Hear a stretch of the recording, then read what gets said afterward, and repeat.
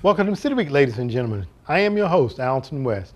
Today I will have a guest on from the LaGrange Police Department. Also, I will have on guests that will be talking about the upcoming Relay for Life. So make sure that you stay tuned for those interviews coming up in just a moment.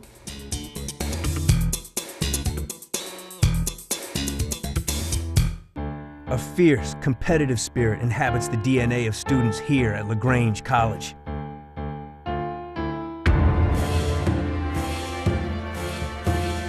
"16 NCAA Division III teams, inspiring coaches, and some of the best facilities in the Southeast. Athletic, spiritual, and academic experiences. Discover more at lagrange.edu/transform.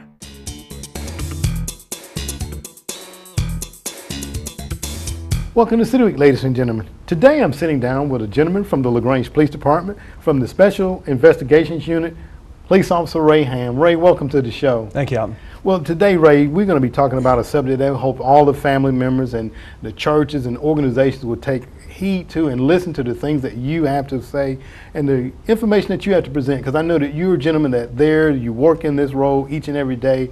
And I think it's something that we all need as a community need to grab hold of and help you make your job a little bit easier.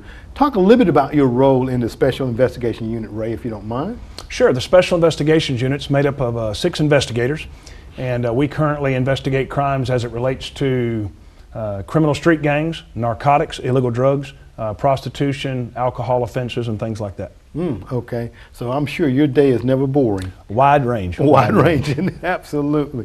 And Ray, I think you've been with the police department about 6.5 years now. That's right? correct. Talk a little bit about when you first came in. How did you get, because I know you're in SIU now. Right. Talk about your role when you first came on board. Sure.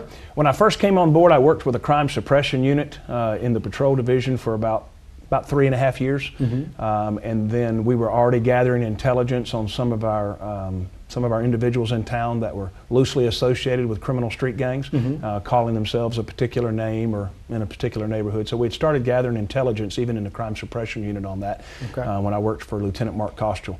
And then based on some crimes that happened last year that were very disturbing to us and some trends we saw progressing in our community as far as crime stats, we moved the criminal street gang investigation underneath the Special Investigations Unit so it could be more geared and tailored towards that. And so we've been doing that for about a year and a half now. Very good. We talk about LaGrange, and I grew up here in this town, and you talk about, kind of organized individuals and things of that nature, and you just don't fathom that here in our little town, which is a lot of people call and consider to be a bedroom community. Right. But you guys being there and you see this and you know this, and there was an article in the newspaper probably roughly a month or so ago about a gentleman that had once upon a time been in a gang, and he was had tried to get out. Let's talk a little bit about some of the activities that you see these individuals are participating in, and then we want to talk about prosecution of those types of crimes, okay? Okay.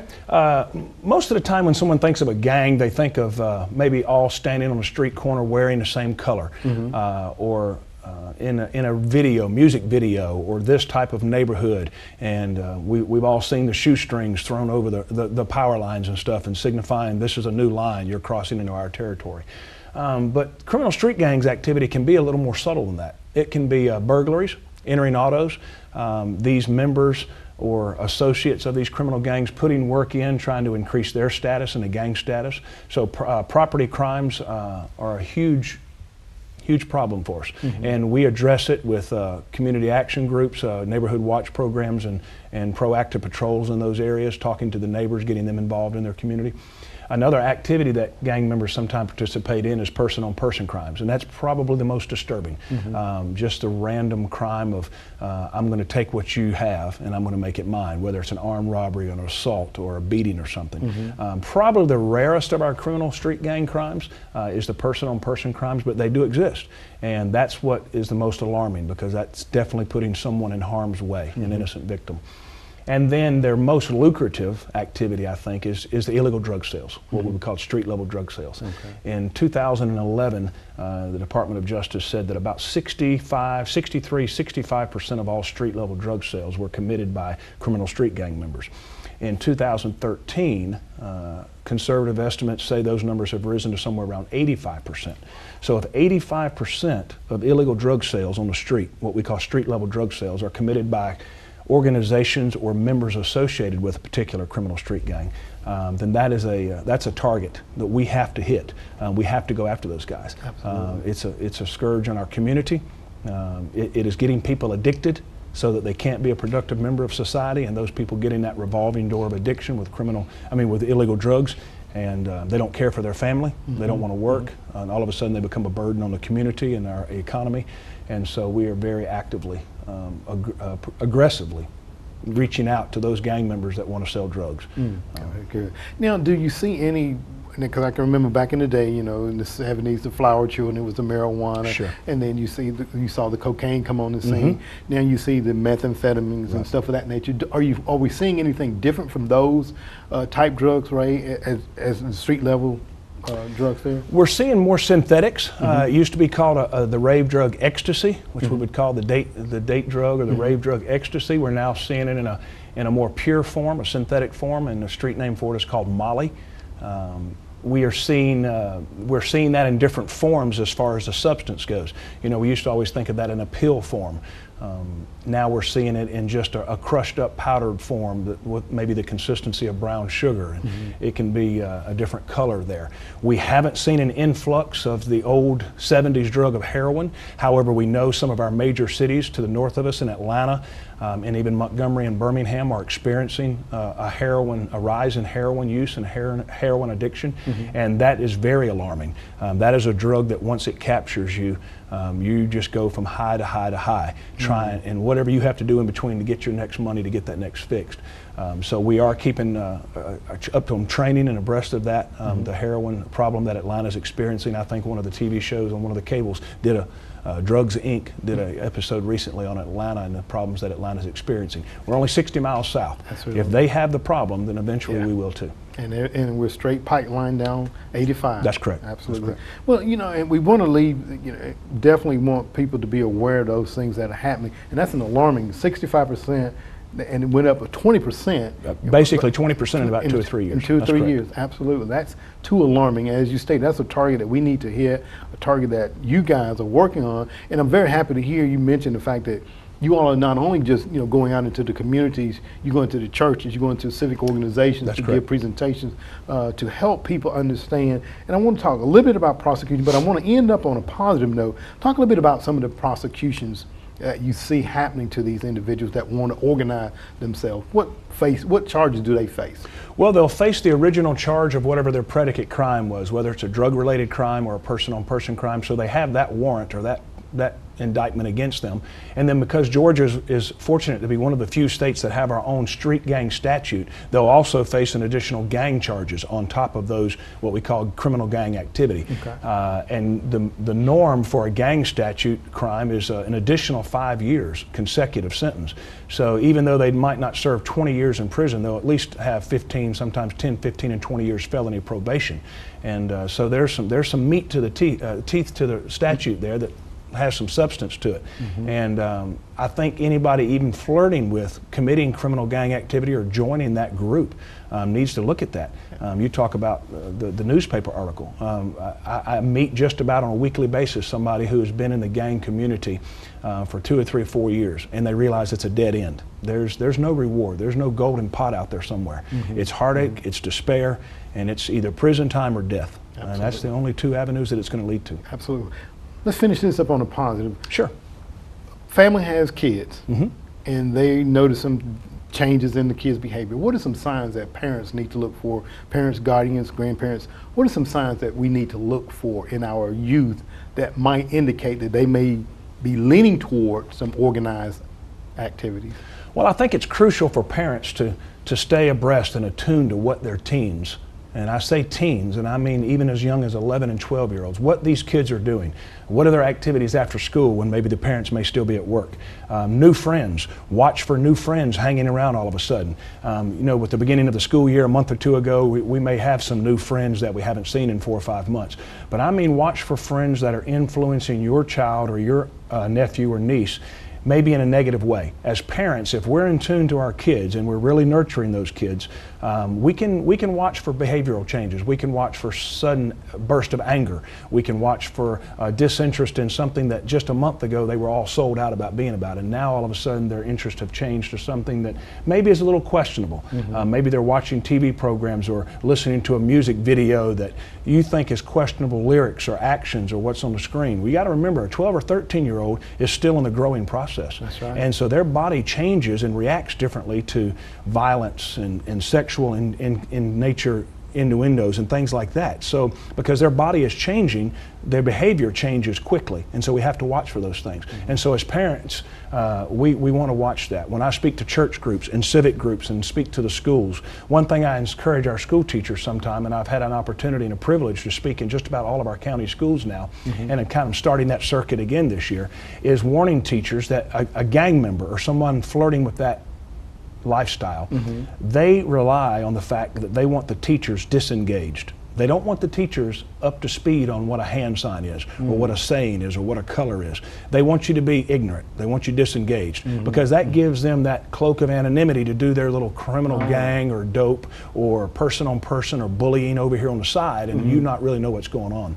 So I encourage teachers and parents and church leaders, Sunday school teachers, deacons, church leaders that work with kids, watch for changes and then hit it head on. Don't ignore it. Don't just make yourself a mental note, but go after it wholeheartedly. These kids sometimes are on the verge of a seesaw, and just a little bit of ignoring by a parent or family member or church member can let them fall the wrong way. Oh my God. It's just, I mean, when you say a seesaw, let's talk about for those that might be, like you say, teetering back and forth, and that parent has noticed that change in their kid. What are some of the things, what are some of the help methods out there, programs out there that can help that parent and help that child? Well, instead of giving you a list of actual named programs, because there's other societies and professionals in our community can do that, let me just talk to you what I would suggest you do. Find some knee-to-knee time counseling with that child, whether it's a peer counseling type situation, or if your employee through your health insurance offers some type of a employee assistance program, maybe a school counselor. Get someone in front of that child, or that child sitting down with someone that they can openly express what they're going through. Hopefully, you know, the perfect situation is that a parent has that relationship with that child, that a parent or a grandmother or a grandfather or aunt or uncle can take that child down that avenue of counseling. But if that's not possible, if they just don't have that structure set up in their family, I would encourage you to reach out to some type of counseling. And a lot of times, early intervention is the key. Absolutely. Because once they start committing those little petty thieves, checking a door handle of a car at the mall to see if it's unlocked or parked on the side of the street in their neighborhood, once they start doing that and become comfortable with it, they've started that slippery slope, and we've got to get them before they get there. Ray, I want to thank you for being on the show today. Very good information. And anytime that we here at the studio can help you to make your job a little bit easier by getting the word out, by all means, give us a call. Great, fantastic. Well, appreciate it, sir. On the show today. All right, ladies and gentlemen, stay tuned. We're back for more City Week in just a moment.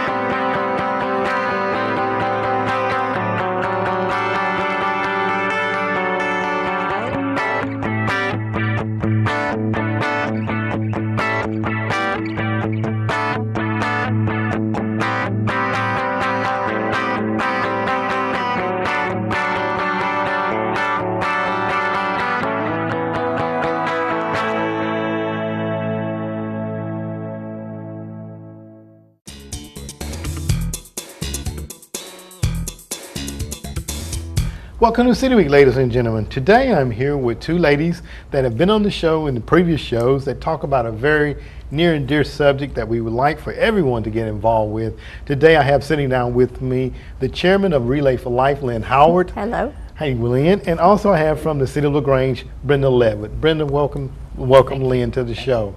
Well, ladies, it's a pleasure to sit down with you all to talk about something that's been going now, I understand, just looking at my notes, 30 years strong. And that's Relay for Life. Talk a little bit about that for us, Lynn, just starting out if you don't mind. Talk a little bit about that for us if you don't mind. The National Relay for Life is 30 years old. It started in May of '85 by a Dr. Gordy Clatt. I believe that's how you say it. Okay. And he walked by himself around a track and raised $25,000, I believe, all by himself. And that's what started this goal of Relay for Life. Relay for Life. Okay, well, very good.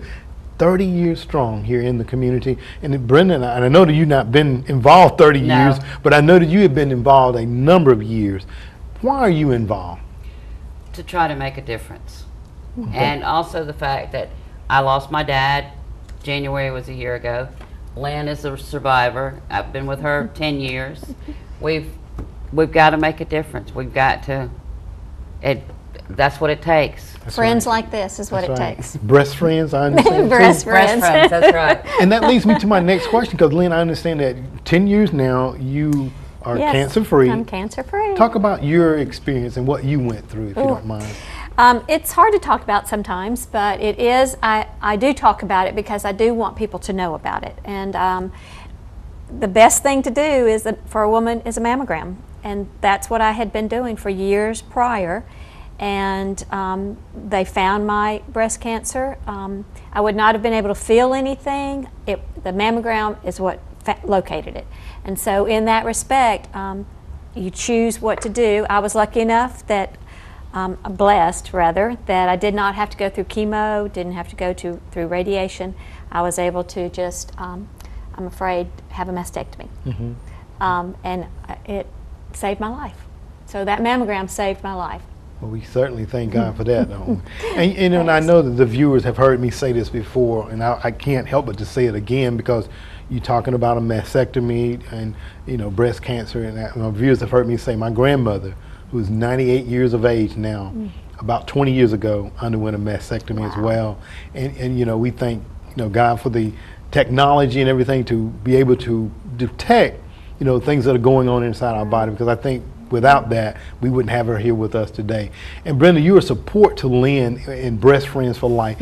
Talk about how important it is for you as a person that has lost a family member to cancer, but also being a support system to someone that has had cancer. Talk about how does that impact you? It makes me feel wonderful, and I have told Lynn numerous times, if you're having a bad day, it doesn't matter, call me, because whatever you need to do, let it out. Don't keep it in. And trying to keep her positive. You've got to stay positive no matter what. You can you just leave the doctor and it's the worst day of your life, and somebody can walk up to you and say, hey, let's go have a drink, or let's go have a cup of coffee, or whatever. Keep people positive. That's the main thing. Keep them laughing. That's true. You have to stay positive no matter what. Absolutely. And for a long time, even before I knew that Lynn had a mastectomy, she was always just like she is now, bubbly, just energetic, and I was like, oh my goodness, what does she take? The 5-hour drink or whatever. It's very easy to go within and just. Yes, it is. You have to. Attitude is the whole thing. Attitude is key and so vital. Now let's talk a little bit about, because I know that we're a little early in talking about Relay for Life, but I know there's some planning, a lot of planning that goes on behind the scenes to get people out. And I know that you all had a town hall meeting a couple of weeks ago that invited the community to come out. What was the purpose of the town hall meeting? If you ladies want to just kind of chime in on that. Okay. Well, the main thing was to get input from the public, the community. Okay. Find out what it is that we can do to draw them into Relay for Life. So that was the main reason. More people involved. Okay. Participation. Right. Okay. Well, very good. And it's, like I say, it's for a very worthwhile cause. And I'm hoping that your numbers have grown over the years. And I'm hoping that anyone that came out, just in case someone didn't make that town hall meeting and they may want to add some comments or some suggestions, is there a contact information number? Absolutely. Can you ladies want to give that out for us, if you don't mind? Yes. Okay. Oh, they can contact me. I work at Parks and Rec. Everybody knows that. So they can call me at the office, or they can email me, lhoward@troopco.org. Okay. Or they can even call Brenda if they know her better. Call Brenda. I'm at City Hall. Everybody, I'm a piece of furniture around there. You can email me at bleverett. at lagrange-ga.org. Okay. Right. Well, very good. Very good. Well, we're hoping that people that maybe not were able to make it will give you guys a call and kind of give you some suggestions, because again, it's for a very worthwhile cause. Now, I know that there's some things leading up. First of all, I know that on December the 4th, you all will be participating in the annual Christmas parade. Yes. Yes. Talk about that for us, ladies. We if y'all build don't a Christmas float, mind. Okay. and we have a ball. And we sometimes is Brenda by herself. So she does a fantastic job. Thank you. But we try to pitch in there and help. She comes up with this great idea on the theme, whatever the theme is. I'm not sure we even know what the theme is this No, year. usually we have like we follow from what our relay was. Like Right. ours this year was It will be 30 years strong. 30 years strong. That's Okay. right. Okay. So we're And thinking of working off of 80s, that. you know, 30 years ago was the 80s, 80s. you know, come up with And- your best song And that's from how the we would 80s. do our tents this year. Okay. Of Very good. something from the 80s. The 80s. Okay. Yeah. Well, very good. And we'll sort of fold that into the Christmas parade to have whatever their theme is and Right. participate. And that'll be our first time to be out in the public as showing Okay. Relay is out here still. Relay. Exactly. Relay. Absolutely. Yeah, and I know that you guys have planned a kickoff, and that, if from my notes I see that's going to be January the 12th at the Mike Daniels Recreation Center. Yes. Yes. What normally takes place at the kickoffs? What all? Oh, we have a unfolds good time. We have games, we have food, everybody discusses everything, gives us ideas of what they want to do. Previous teams, captains come. We hope new team captains show up. We want to sort of inform people what will happen relay night, Okay. when relay is. We sort of kick it off saying, okay, relay is 3 months away. Let's get going and start our fundraisers. Okay. Well, very good. And then we get down to the days, and Lynn reminds everybody we have 100 So days many left. days. We have 50 days left. We have 4 days left. Let's go, guys. Yeah. So the countdown is on. right? Countdown. Yeah. Now, you mentioned about teams, and I know, Brenda, you do a wonderful job there at City Hall, pulling us together, making us buy things. Making you buy You're things. absolutely In your right. face. And That's that's right. Always selling That's something. always Always. selling something. And I know that you have some things that you're getting, you have to sell now. You want to talk about what you got Yes, going we're on? there? doing Huckleberry's Barbecue. It's on Friday. Halloween. Halloween. Okay. $9 a plate or $18 for a slab of ribs. Okay. And this will be at the at the Public Works building, where we usually, it's just a drive-through. You Right. can come up and give you a plate and be gone. It's very going. easy. This is our first fundraiser, and it's usually our largest fundraiser. Okay. All right. Because our goal is normally $5,000 to $5,500 for Okay. the City of LaGrange. Okay. Well, very good. And I have tickets for sale. Yes, we have lots I'm of helping tickets her still. out. Yes. All right. But also, let me interject. Yes. That same day, we're starting the 9th annual Patty Teever Tennis Classic. Okay. And that night, they will play doubles and women's. I'm not real familiar with what everything's called as far as tennis goes, but if you're not a tennis buff, you can still come. We're having a silent auction with, you can bid on nights at a condo in Florida on the beach. We have businesses in town that have services that we're bidding for, retailers, restaurants, golf lessons, tennis lessons, a night at Callaway Gardens. We've got lots of things. All kinds of stuff for the silent auction. And this one is our biggest fundraiser for Troup County. Okay. So Troup County and City of LaGrange are competing right here. competing. Yeah, we're Right. doing it on Halloween. Okay. Oh, all yeah, right. same weekend. No wonder Yep. Brenda's always through there saying, okay, get your tickets. That's right, that's right. Whether you want them or not. Absolutely. That's right. Well, Lynn's already had a small fundraiser. Sloppy Pig, she did barbecue plates, and she raised $900 Just by already selling just for barbecue plates. Wonderful. Talk about the proceeds. How are the proceeds used, ladies? American Cancer Society has informed me that yes, they are one of the best that has low minimum admin expenses. All the money goes into research, goes into paying for research, the doctors, the ACS number where you can call and get help. So they are one of the best fundraiser. User of funds. Yes, thank Right. you. Well, very good. Okay. All right. Now, and I know that tentatively, and ladies, you guys can correct me where I'm incorrect, tentatively the Survivors Luncheon will be April the 11th. Yeah. That is 2015. confirmed. That is confirmed. Okay, confirmed, all right. right, very At good. Baptist Tabernacle. At Baptist Tabernacle. Okay, all right, very And good. that is Same place as wonderful. last year. Yeah. Okay, So- all right. And then tentatively, the race itself will be scheduled for April the 24th, 2015. Yes. Right. And And it's a relay, it's not a Yeah. race. Yeah, We it's a walk, relay. we don't run. Yeah. Definitely we walk. Okay. Yes, all night long sometimes. Talk about that a little bit. Talk about the relay itself. People show up. I know there's booths set up there. You're selling items and things of that Sell nature. food, we Sell do. food. Talk about that for The us. very first thing we do is the survivor walk. Right. The survivor Survivor lap. lap. And that's to present all the survivors because this is for them. Yeah, true. That's why we raise the money for the survivors. Absolutely. And anyone's invited to come out, correct? Absolutely. Yes, everybody's invited to come Okay. out. All right. Yes. Everybody. And we cheer on the survivors as we walk around the first lap. All our friends are standing over there clapping that we have made it and we are walking this That's right. lap. And then throughout the night, we play games, we have entertainment, we have We do music. Zumba. We do Zumba to keep us awake. We do all kinds. Coffee, perhaps? Yes, George lots Cotton of coffee. entertains us. Yes, lots of coffee. Yes. Lots of food, and at 10 o'clock we do a luminary ceremony Okay. that we light the candles for those who have not made it, and we light the candle for those who are there with us still. And that's very solemn and it's very, Very nice. very, very nice. Well, ladies, I want to thank you both. I don't know that we could have a better chair and co-chair Yes. over something of this nature and this magnitude. So we're just hoping that those numbers, the dollars, will continue to grow as you all continue to be the faces of Relay for Life here in our community. So thank you both for what you do. Thank you for having us. All right, thank you. Thank you. Ladies and gentlemen, stay tuned. We're back for more City Week in just a moment.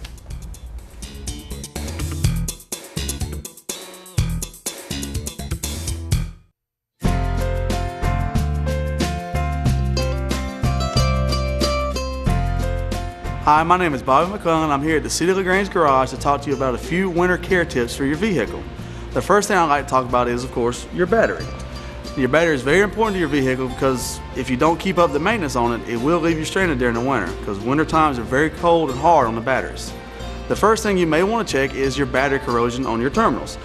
When you take a look at it, you have a positive and negative terminal, and the battery corrosion starts to build up and looks kind of like crust on the battery itself. Now, it's very simple and easy to clean these off. You can go to any general parts store and pick up a can of spray cleaner. They're usually less than $5 and look something similar to this here. So you just spray it on the battery itself, on the two terminals, let it sit for 2 to 3 minutes, and just rinse it off with water. What it will do when it starts to actually react with it was, it'll be a yellow color, and it'll turn red as it reacts with the battery acid and corrosion on the terminals. All you have to do then is let it sit for a couple minutes and rinse it off. After that, you may want to get a little project pack, which is usually less than $2, something similar to this here, and you can put this on the battery terminal. It's a gel that actually helps prevent and keep the batteries from corroding. Another thing you may want to check is how old your battery is. On most batteries, there is some sort of stamp date or date code on the battery. On this one here, if you look at it, it says B2, which stands for February of 2012. So this battery is not quite a year old. Most battery life is, say, 3 to 5 years is just general battery life for it, and you need to keep an eye on that, make sure you don't get stranded because your battery is too old. That is just one simple tip that you can do for your car during the winter from the City of LaGrange. These are just general care tips for your vehicle. Please refer to your owner's manual for any vehicle specifications.